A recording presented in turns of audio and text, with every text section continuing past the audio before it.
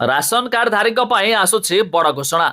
जदि आपणकर ration card अच्छे आपण भी सरकार तरफ मागणा राशन सामग्री लाभ उठाउछंती तेबे जानि रखंतु एबे सरकार जारी कले एक बड़ अपडेट जो राशन कार्ड धारी को मिलवाक जाउची सुविधा।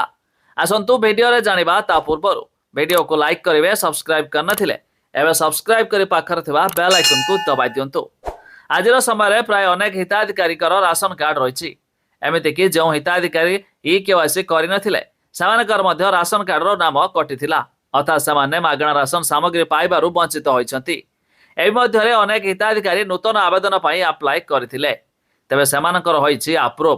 तेबे आपण निकटतम डीलर सह कांटेक्ट कर इ केवाईसी कराई दियंतु जाफल जो हिताधिकारी राशन कार्ड नथिला सेमाने नूतन आवेदन करथिले एबे सेमानकु मिलिबाकु जाउछि नूतन कार्ड लाभ।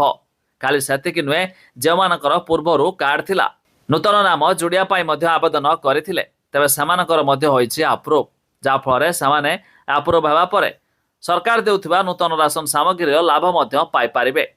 तेबे जदि आपण भी लिस्ट देखिया पई चाहुथबे वेबसाइट रो लिंक डिस्क्रिप्शन अछि चेक करि पारिबे। आपण जानिछंती राशन कार्ड रे एबे सरकार खूब शीघ्र मध्य 10 किलो लेखाए चाउल देबाकू जाउछंती जा पूर्वरु मिलुथला 5 किलो एबे मुंड पिछा मिलिबो 10 किलो। एनै मध्य राज्य सरकार घोषणा करथिले एमितिक किछि हिताधिकारी की मध्य मिल सारिछि। तेबे आपण को मिलिछि कि नाही ता निहाती कमेंट करी जणाइबे।